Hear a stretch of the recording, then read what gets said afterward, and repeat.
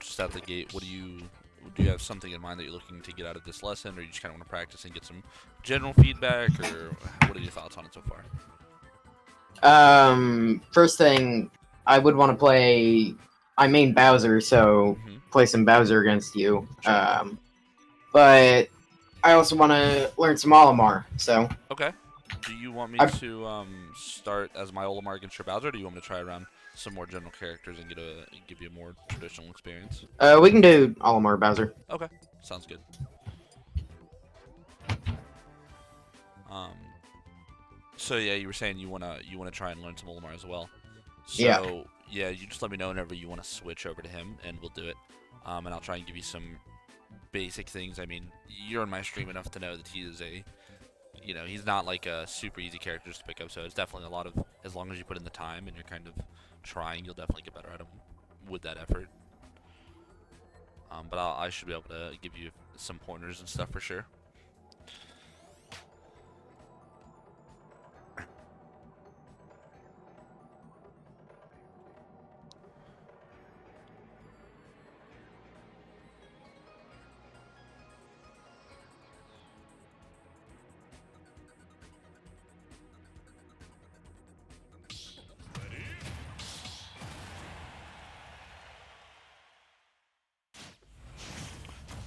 So I'll wait till we get a couple of games, and then I'll see if I can point out any big things I'm noticing or stuff like that.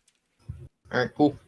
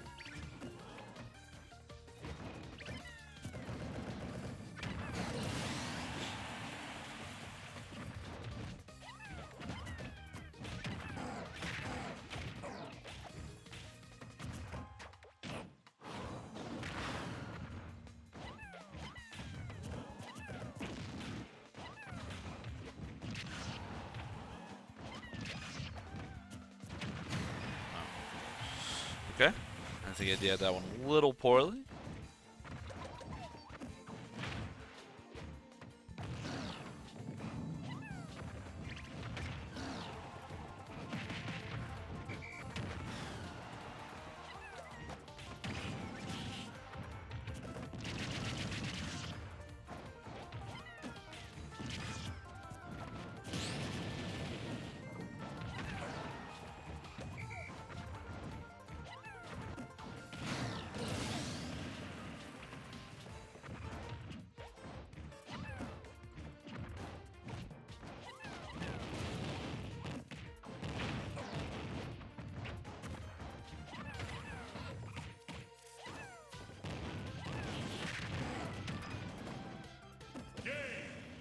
That is one thing I'm not good at is wall teching.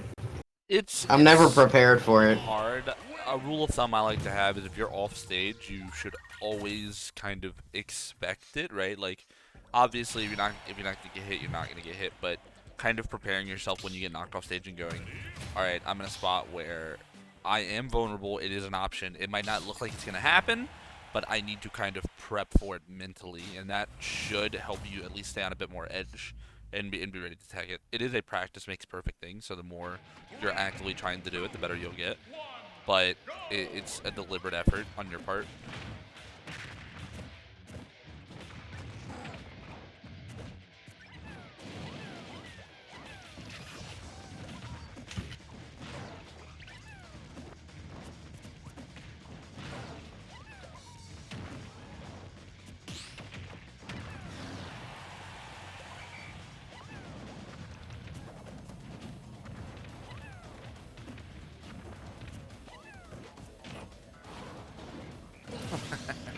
Goddamn.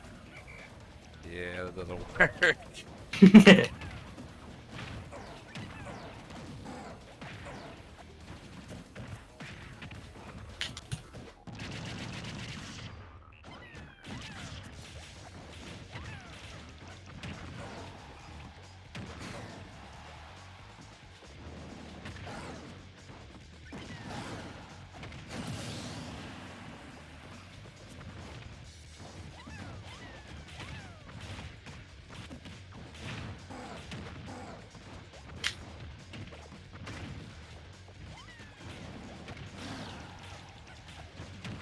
Oh, all right. I thought you were. I All thought right, you there we go. were not altered.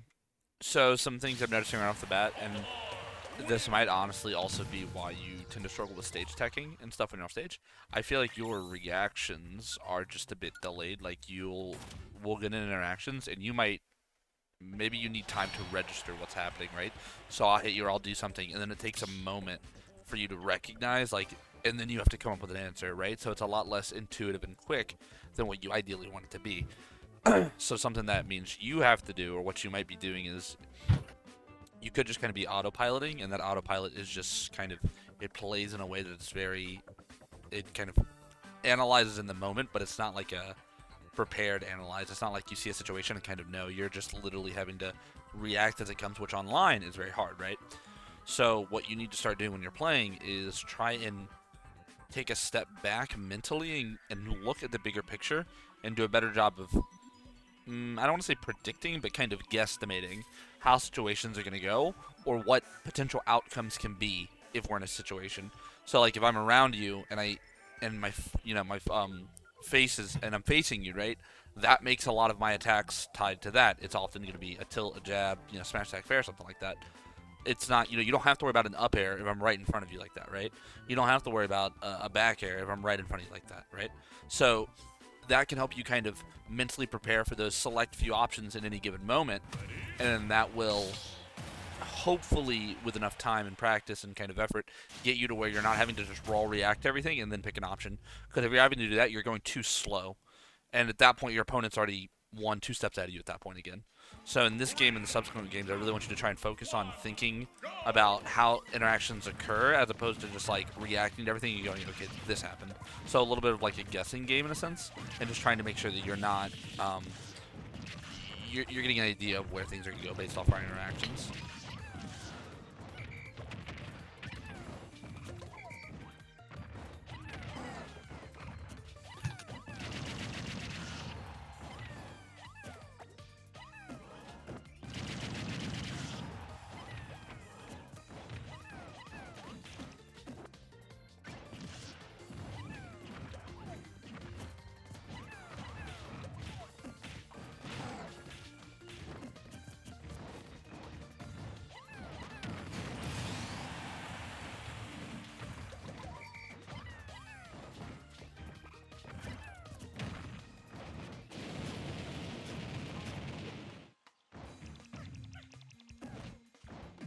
Oh, nice. Got Bowser.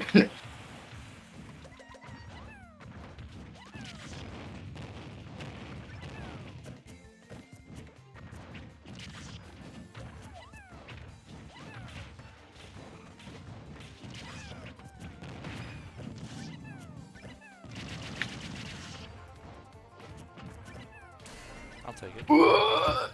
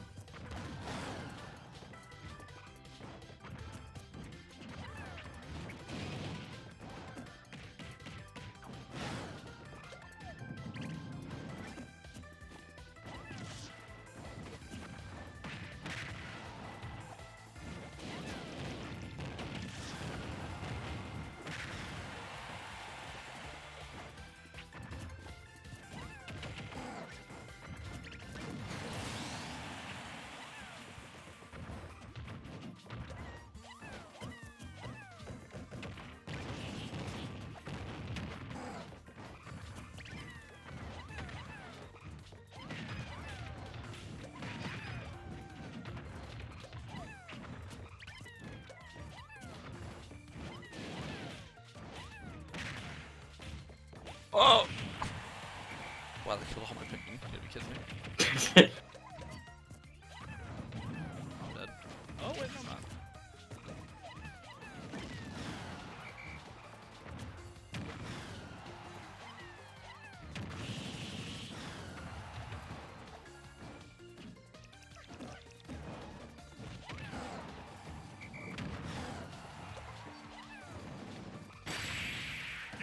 Much better that game. I felt like just out the gate you were trying to be a lot more quick with what you were doing and not letting yourself kind of lag behind, which was really good.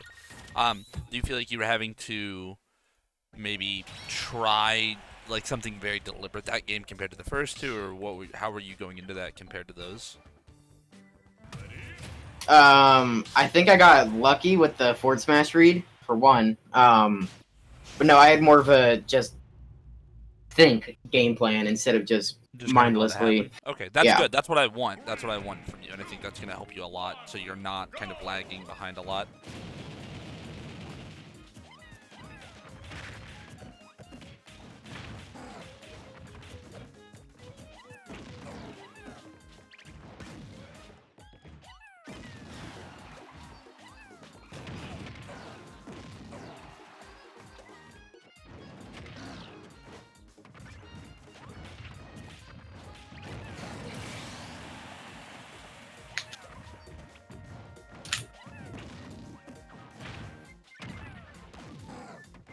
That's not it.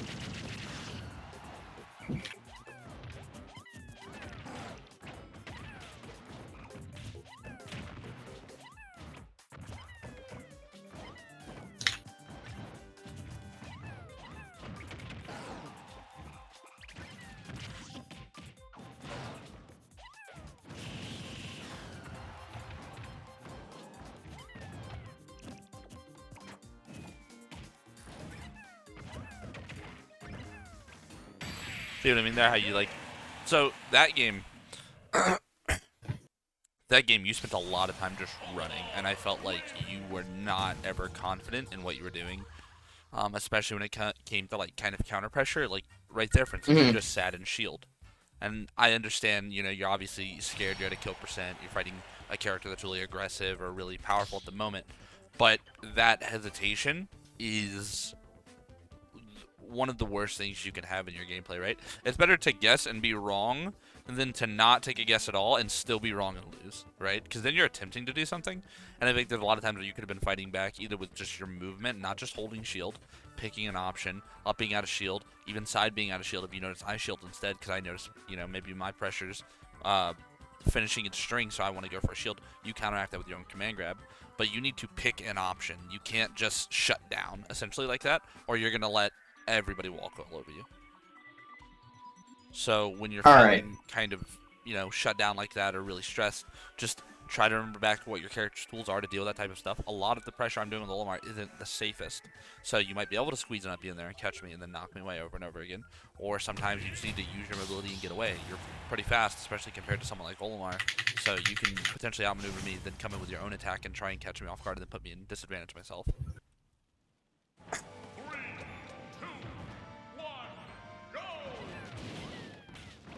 Not me to be reverse that.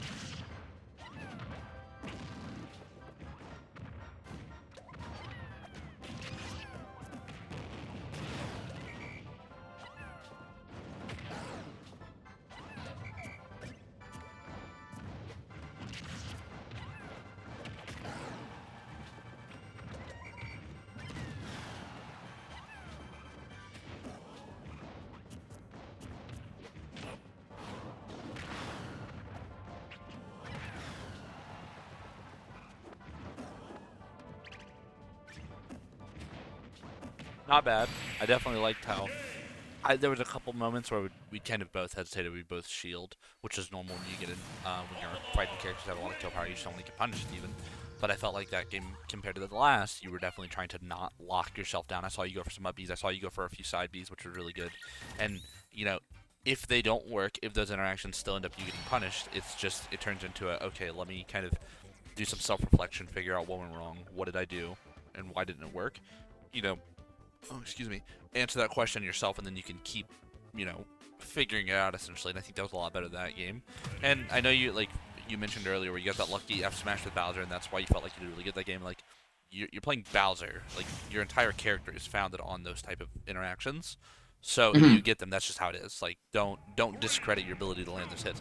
If your opponent messes up and falls into it, or you read them or whatever, it's like that's the plan, and that's the fact that you got that is good enough.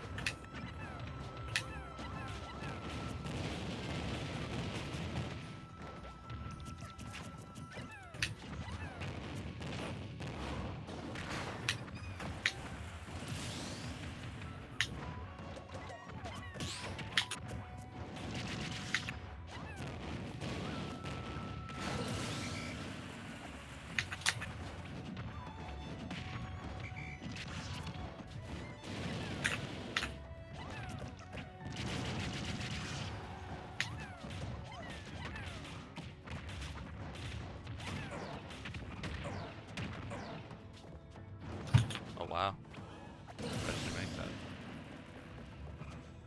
Yeah, I was not mashing there. I thought it was. Yeah, I thought you would even make it with the regular distance you were going, but it just stopped. Yeah.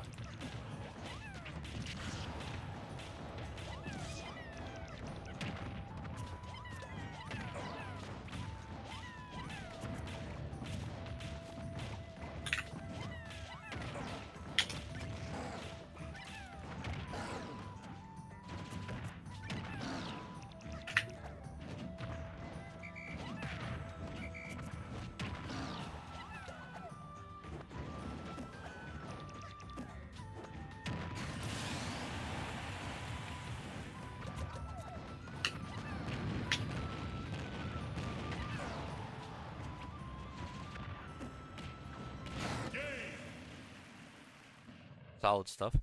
Do you feel like with your Bowser there is a specific area, or I guess not even necessarily your Bowser, but just in general, an area of your play that you would consider to be your weakest link? Because I have, obviously we played some games, so I have some thoughts, but a lot of it comes down to it feels like a not a totally honest representation of yourself as a player, because I think sometimes you're just not even picking options because you're kind of waiting too long, or maybe you'll fall into something really predictable, which is normal, especially for kind of the lower level player and stuff like that. Compared to like all the way at the top where everyone's just instantly cranking out options. So I think that's normal, but I would love to hear your thoughts, and then maybe I can try and bounce off that for you. I think one thing is with up the out of shield. It's just such a habit for me. I can't really differentiate a minus, -3 move from a -13 move. So. That is a matter of you kind of recognizing the characters you're fighting and learning the general frame data of the game. And that's something that you have to learn through you can do it through practice, like trial and error of fighting characters and kind of figuring out like what you can and can't punish. But just going on to alternate frame data and learning like at least the relevant characters frame data and being like, okay, how safe is their main pressure move or their aerial or whatever. You don't need to know, like, let's use Olimar, for instance, right? You could be like, alright, well, let's figure out how safe his smash attacks are, and then, like, forward air and back air, and then, like, purple side B and maybe jab, right? Like, everything else you don't need to know, probably, or it's just unsafe. Or, like, for Mario, you'd be like, how safe are his aerials, and how safe is, like, his F tilt and jab or something, right? because you need to know the important things, and you could honestly even brush up on it in the moment when you're fighting people, or when you're about to fight someone. Be like, man, I don't remember what Palutena's back air is, and you look it up. And that will generally be something you kind of keep a basic idea on. Like, I know I have a lot of characters' general frame data in my head, so I know I just can't punish certain moves. But if you ask me, like, hey, what is Fox's frame data on his, like, down air? I'd be like, I don't know. I just know that it's hard for me to punish. Or you'd be like, there are ones I definitely do know, but just kind of learning the general feel for things is really important. So I would recommend. Yeah, like, of course there's certain characters where it's like, okay, I know that I'm really not going to be able to up B out of shield their moves. Like, if it's someone who's being really careful with Inkling, or a Marth player spacing well, something. Well, there's a lot of different factors that go into it. Like, so, whoa, in an ideal sense, Olimar's back air can be, I believe, -3 with a purple, right? If I space it perfectly. But am I spacing it perfectly all the time? Probably not. Are most Olimars? Definitely not. So that adds in the human error element, and then it's also a matter of, like, what do they do after. So even if you do fight a character where they have a quote-unquote safe button, if they go for an attack after, you're probably able to punish, right?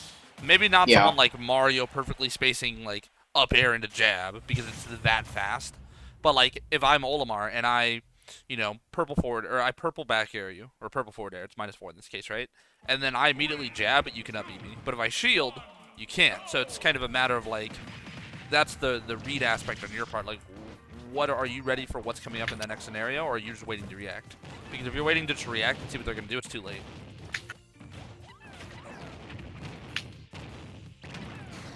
But it's a constantly changing thing, because people will adjust their timings and pick weird options all the time. But having, like, a general rule of thumb is really important that you'll kind of develop for yourself. Like, what do Olimar players like to do when they hit my shield? What do Mario players like to do, and how do I generally punish that, if at all? I mean, do you watch other Bowsers at all? Like like Leon or someone else? I do watch Leon. Okay.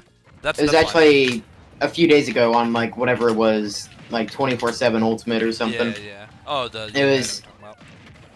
Yeah, I was watching. It was you versus Leon. Oh, okay. And I mean, it was online, so. Yeah, of course. I mean, and that will definitely change it. But there's still a lot you can learn from those online sets. When you watch Leon, do you feel you have an idea of when he goes, like, why he goes for the options he does, or how he can distinguish it, or do you feel like he's just pushing buttons for the sake of pushing buttons and it works?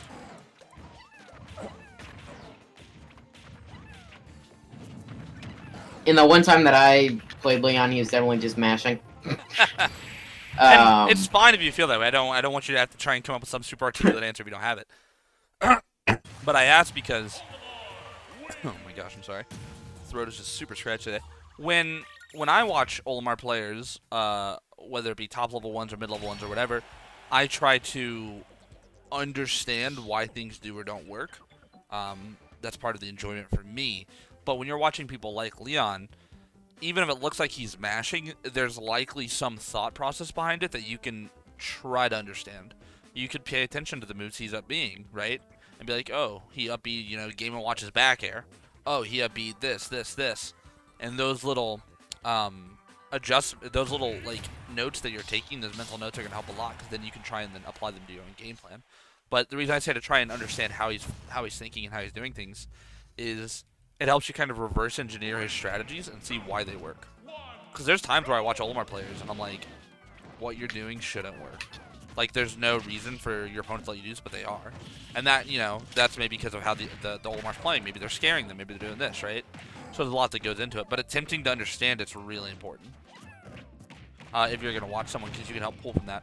Especially if you don't have, like, a really good idea on how to do it on your own.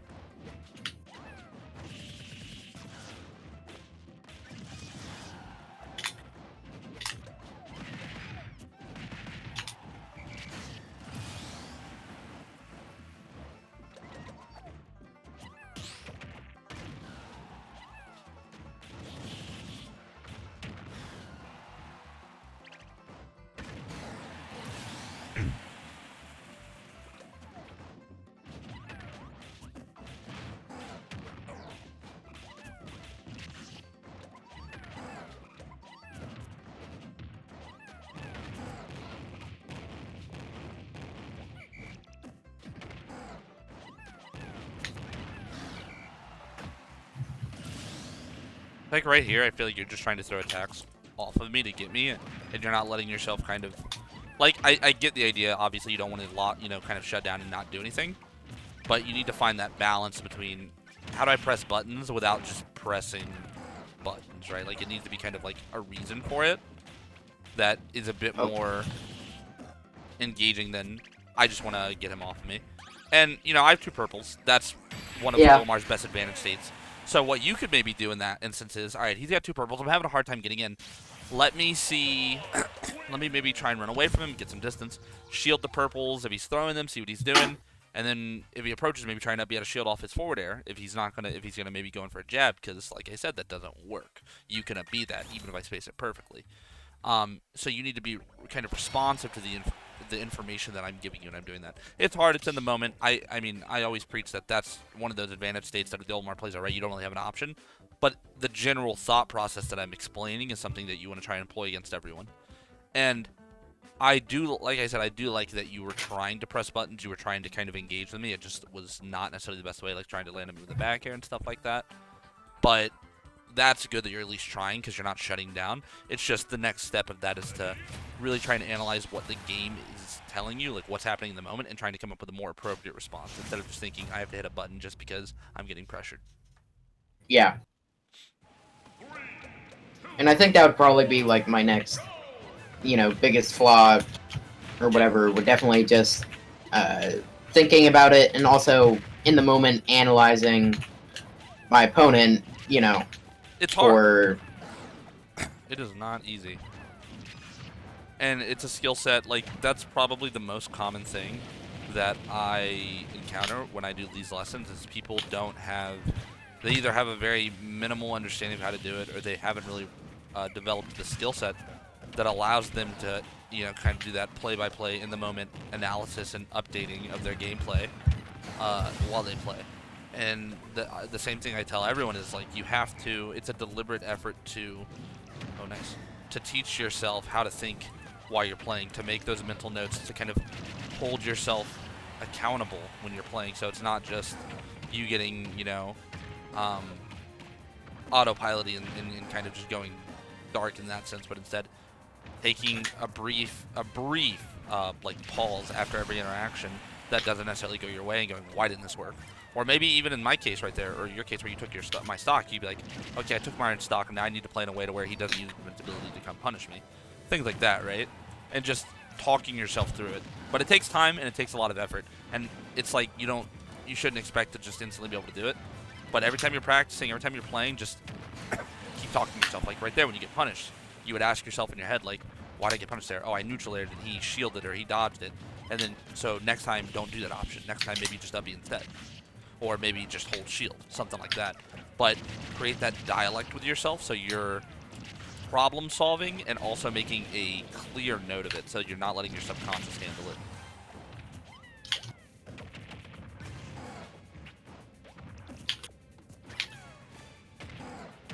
that's something that I noticed a lot when I was watching the Leon set versus you.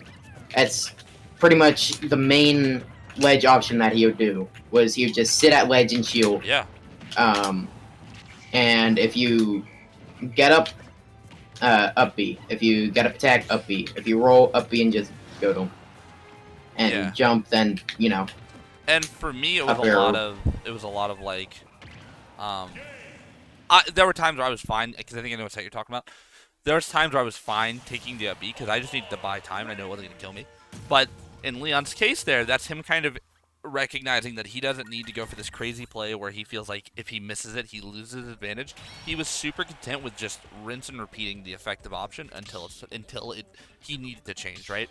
And that was really good. And that's him recognizing that he's got an advantage, and it's okay to just do that easy, consistent option until it gets you the big reward there.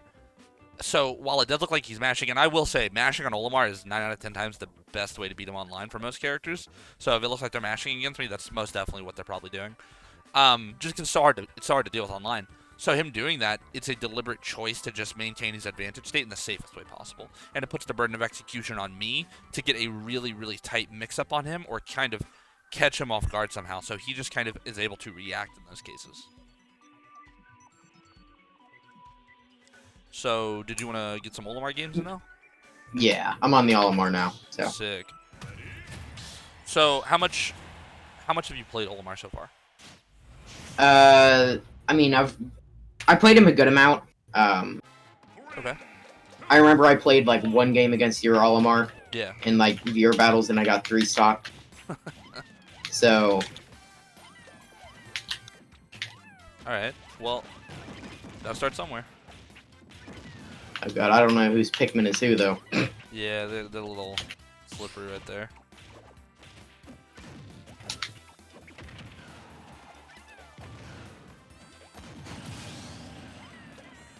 The same principle. Oops. The same principles I was telling you with Bowser are really gonna apply with Olimar. That hesitation is the #1 way to get yourself killed. Like you can't. And I know this is kind of like information overload in some ways, but you can't shut down so much when the other opponent's kind of gunning you down like that, or you're just gonna make it way easier than it needs to be for them.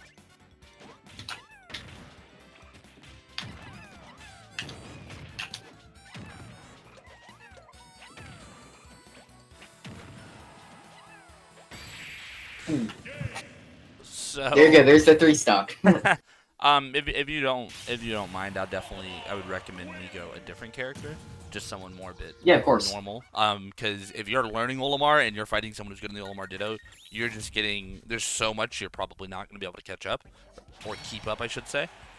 So it's easier for me to kind of evaluate what you're doing when I'm going someone more traditional and see how you just play them overall. So we'll just go Lucina, someone nice and simple.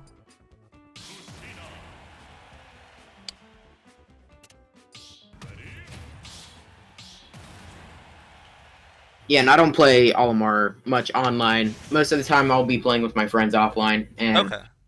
they play. I mean, we do random dittos a lot in friendlies or Gotcha. whatever, but they main Snake, and then another one mains Nest. So it's not like your typical character Yeah. with Snake, at least.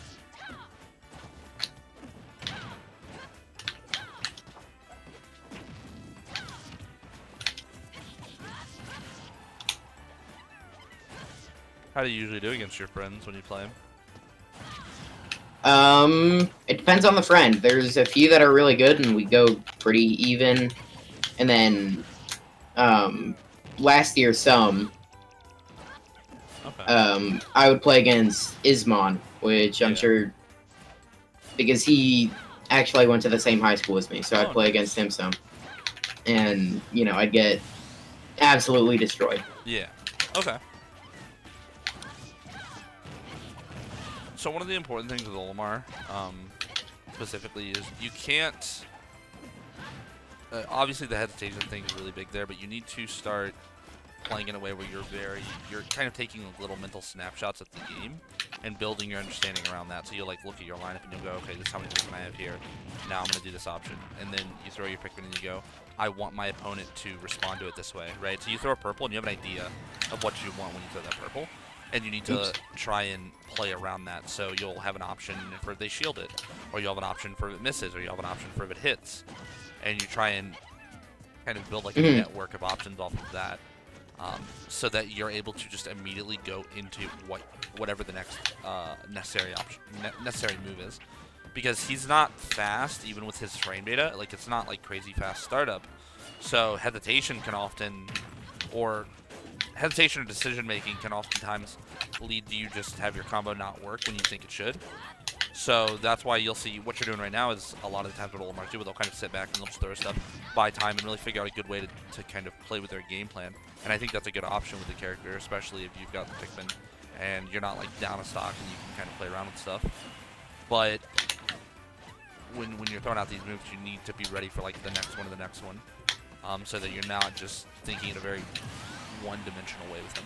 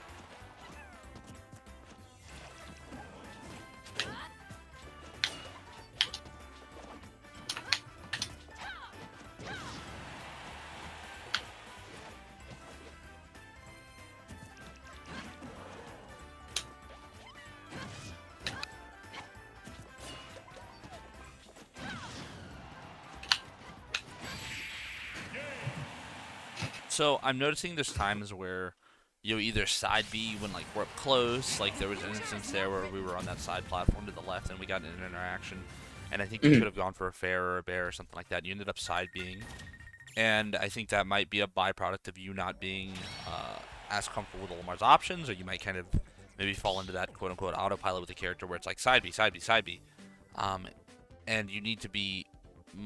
That'll come with like the uh, refining of that kind of always thinking process that I want you to work on, where you're really constantly evaluating the game state and you're gonna go, here's my opponent, he's next to me, because Olimar does kind of play around with a different set of fundamentals than than a lot of characters.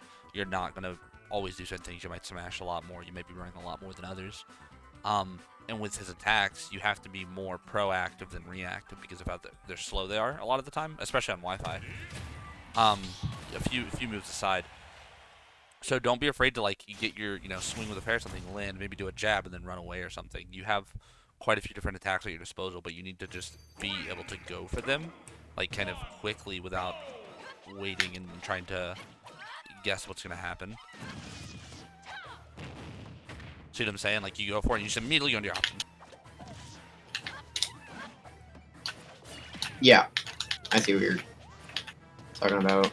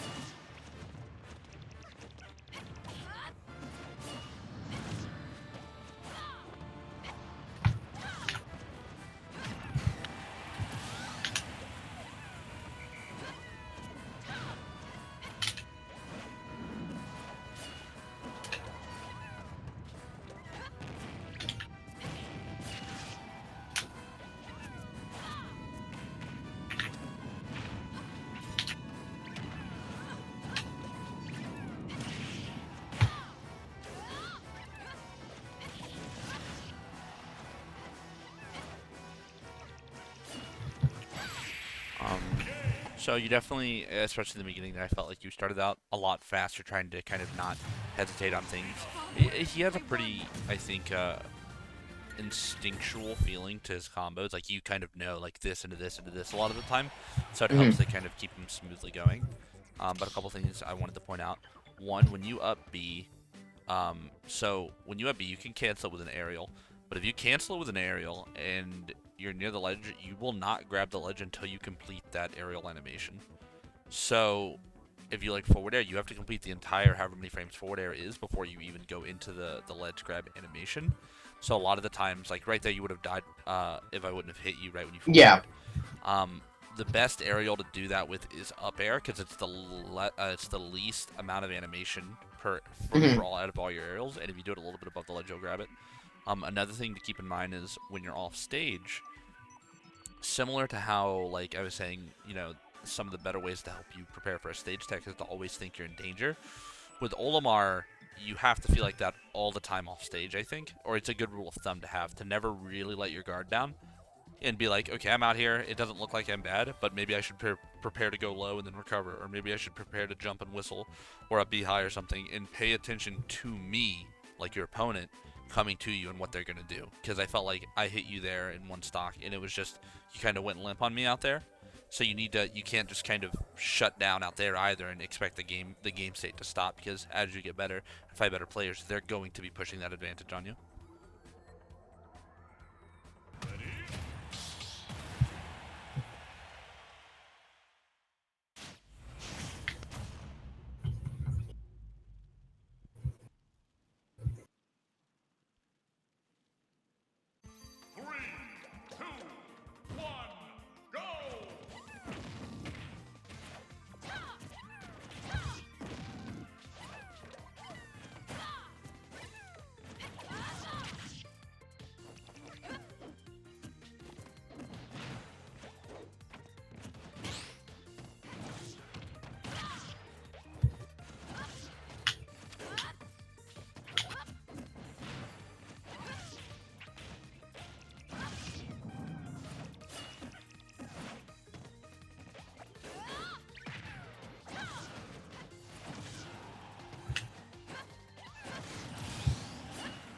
See what I mean? Like even out there, I'll go out there and I'll chase you, especially with a character like Lucina that has a Yeah. very liberal edge guarding game.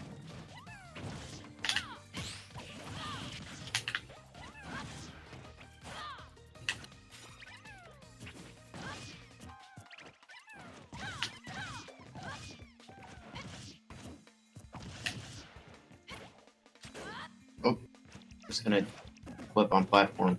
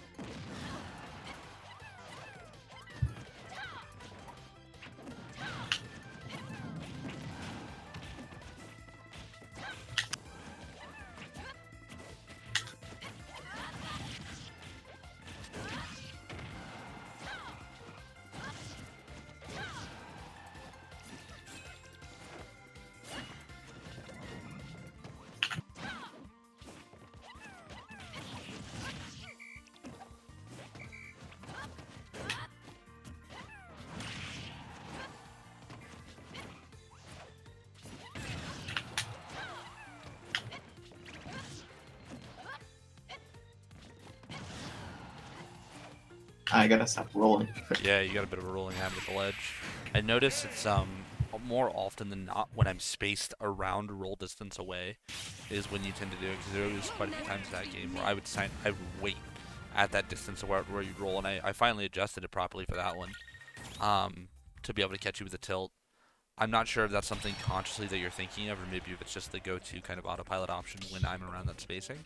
But that's another one of those interactions where you get into it, you roll, you get punished, and you go, okay, he's watching my roll, right? Like you're in that scenario when you grab ledge, you mentally kind of check in with yourself and go, I'm gonna roll or I want to roll. You pay attention to where I am, so you can make the connection of why you're rolling at that distance, right? And then if it doesn't work, you go, okay, this didn't work under these circumstances. Next time, we're gonna make a change. And even if you kind of have to catch it after the fact, after you make the mistake, that's progress. That means you're going to get better at catching it beforehand, because you're sooner or later going to start recognizing those situations.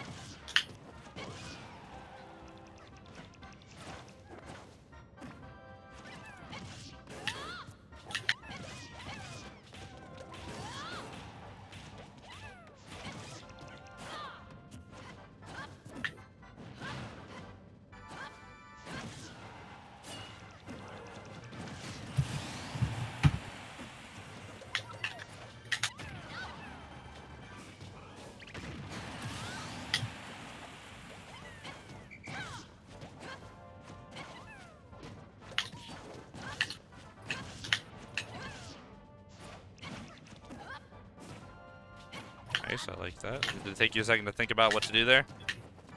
Yeah, if I, you know, That's good. my brain caught up to my actions, so I can That's really good. think about, yeah. That's what I like to see, because it starts out and it will be slower, right? Like you're going to have to be really deliberate on thinking those things through, but it's a practice makes perfect thing. So that's good that you're making that kind of progress.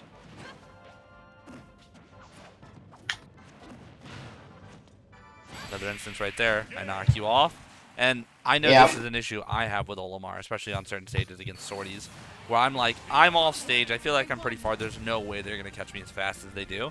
And then they do. And it gets, you know, exaggerated online because of the delay. So you can't even react the same way. So that's why that always be on edge, always kind of be ready to pay attention to them running to the ledge. That's when you got to say it's go time, air dodge, jump, whatever you have to do. But you're making some solid progress. I mean, I think that fundamental thing is the biggest thing for your Olimar and even your Bowser. I know you said you wanted to try and learn Olimar more. A lot of it, other stuff that comes with him, is like bread and butter combos, getting more comfortable playing him. He's a heavy execution character in that regard, where you have to play him and get a feel for how Pikmin send, all their different properties and things like that. And the more you do it, the more you can feel out those combos and get the big damage.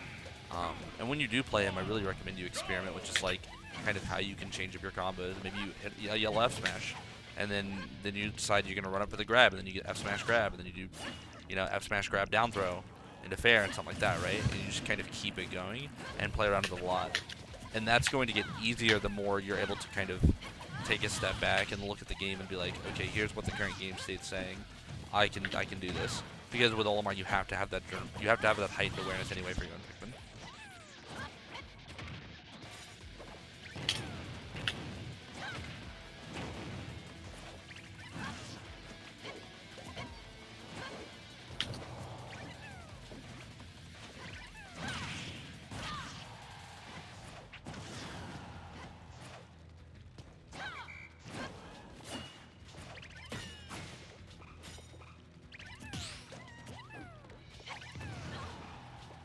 Nice.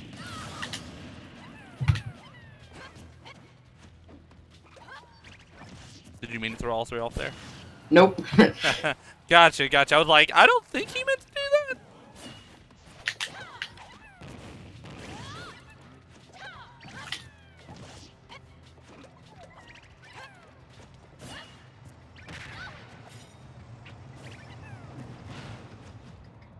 I like that. Drift back, recognize that you're not safe. It's really hard to ledge guard or to recover against Lucina. Sometimes you want to go low and maybe just try to stage tech or something, or try and weave in and out if you have like 1 or no Pikmin. But you're making the strides, and that's the important thing. Kind of a baby steps thing, really.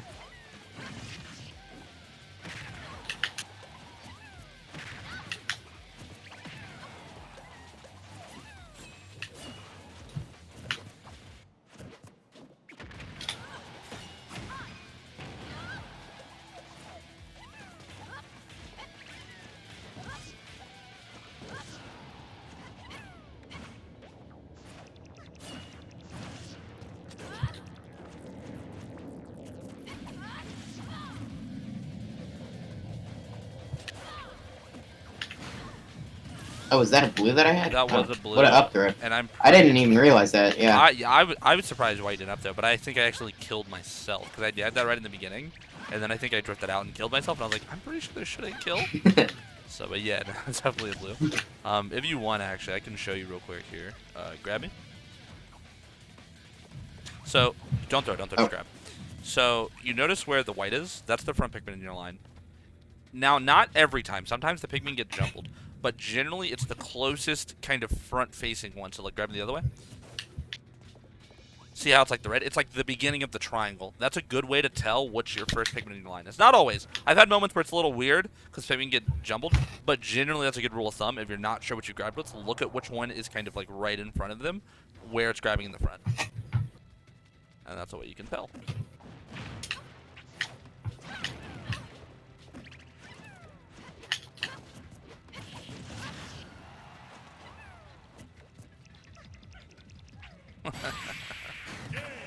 Damn.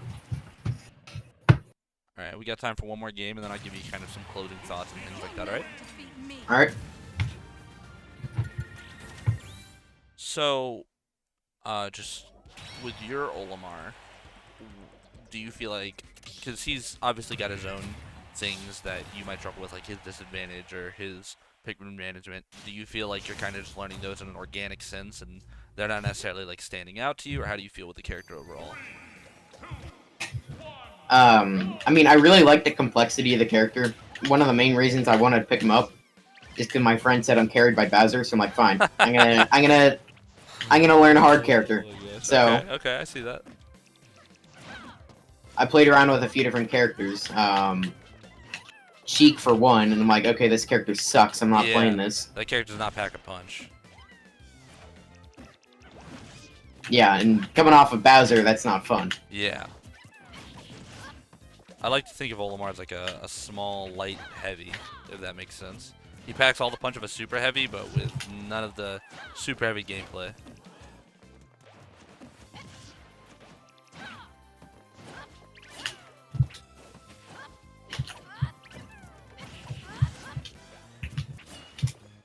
Yeah, and that's one of the reasons that I hate Pyra so much. Yeah. Because that's literally just Pyra. Yeah, it's like, what do they give a sortie, like Bowser-style knockback. But you could also just swap to Sheik at any moment.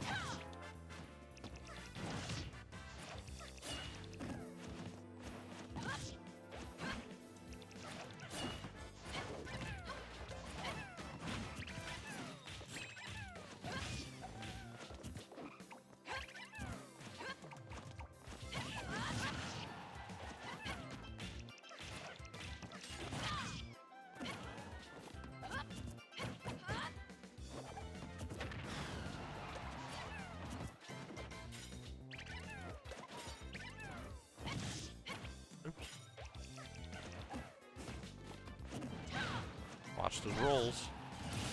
Yep, here it was again. I didn't even notice. Same distance too, you know. I'm sitting back, like I'm trying to bait it out because I want to see if you're kind of holding yourself accountable in that regard. So if I gotta call it out, then so be it. Oh, I'm so dead. Oh wait, I'm not.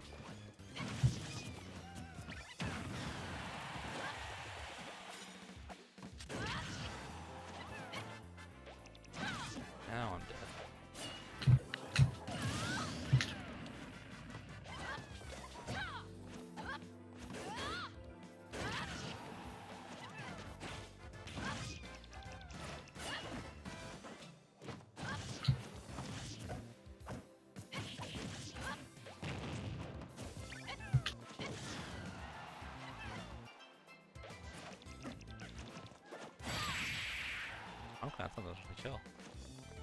I don't know how it didn't. Huh. Live?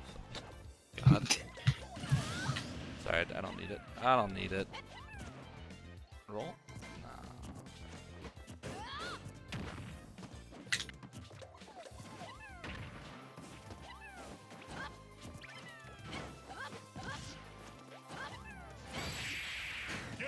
Alright, so, big thing I want you to take from this lesson when you're practicing with your friends or anybody is you need to think.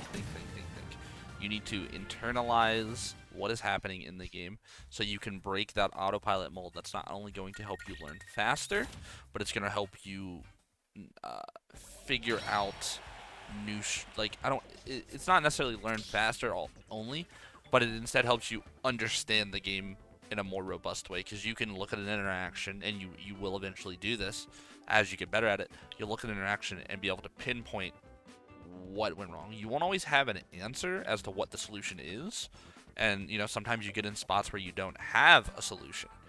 So sometimes the best answer is to take a step back again and go, how did I get in this bad spot, and kind of go back and back until you can break that sequence. But when you're playing, you need to keep talking to yourself. You need to keep internalizing those thoughts, going, why'd I get punished here? Why'd I do that? Why'd I do that? And like you said, you know, in that game just now where you rolled, you didn't even realize it. I was onto it because I'd caught on to your general rolling habits. I was ready. Yeah. But after the fact, when you get punished, you're gonna go, I shouldn't have rolled there. And that's the start of it. That's how you kind of catch it, and you're gonna get more and more into the situations. And when you do it kind of after the fact, and you go, I shouldn't have rolled there. Try to think back to how that scenario just was. Be like, where was he standing? Was he ready for my roll? So you're still getting a picture of it. You're just doing it after the fact, so that it helps you be more proactive with it. Yeah, and I like entering the online tournaments because, you know, it's not any commitment. I don't have to go anywhere for it. Yeah, it's a super good way to kind of flex your competitive muscles with no real commitment to it. Yeah, and it's also, I mean, it's also hard for me because I'm not open a lot of those times, but yeah, like for Galaxy Gambit, I absolutely hate that stage list. I don't know what you think about it, but it's neutral to me. It's no frame perfect series, so I'm chilling. I still don't know why you don't like Frame Perfect series. That's a good rule. Siege are trash. Siege, I can agree with. WarioWare is perfect for Bowser. I'm not dying at 30. No. Not for me. But yeah, I think if you keep doing that and just really like pushing yourself and making sure that you're not letting yourself slouch into that autopilot, even if you will end up playing like Elite or if you do anything, you have to constantly do it. And the better you get, the more you can kind of stay lax about it. You know, I'm at a point where when I stream or when I do something, I'm splitting my attention between you guys, between the chat, between whatever. You know, so I can sandbag, but even then, I can still kind of immediately zone in on the game, go, what just happened, why did I get punished, and make a quick mental note of it. And that's ideally what you want to get to, so that when you are like fully focused with the game, you're able to just pick it apart as you go and find new strategies and on and on. And as you play more of the game and do that, you're going to get better at recognizing like what moves are safe and what moves aren't safe. I mean, if you want to brush up on some frame data for popular characters and see what moves they have that are safe, that's not a bad thing either. But you'll go like, okay, I can't punish that move with Bowser at B. Oh, but I can punish that one generally. And things like that will help you kind of commit it to memory more. Do you have any last minute questions or anything though? Other than, were you gonna enter the Frame Perfect series, or do you despise the stage list too much? It's not on my list. Someone mentioned it in a sub goal, and maybe, but I absolutely hate that stage list. I lost someone on that stage list because I didn't ban Siege, and I regret it. And having to ban 2 out of 3, almost 3, I have to almost ban the same 3 stages versus every matchup. It's Kalos, Siege, WarioWare, almost every single time. It's like, that just doesn't feel good. Yeah, I can see that. But, I mean, maybe if I do it as a sub goal or something and stuff happens, I'm not, like, 100% opposed to it. I'm just really put off by it right now, so I might end up enduring it. But I'll get you this lesson sent. You know, I'll put it to my YouTube by the end of the week probably, and I'll send you a link for it whenever it's live so you can go back and watch it if you want or anything like that, alright? Alright. Alright, man. Have a good day. You too. Thank you.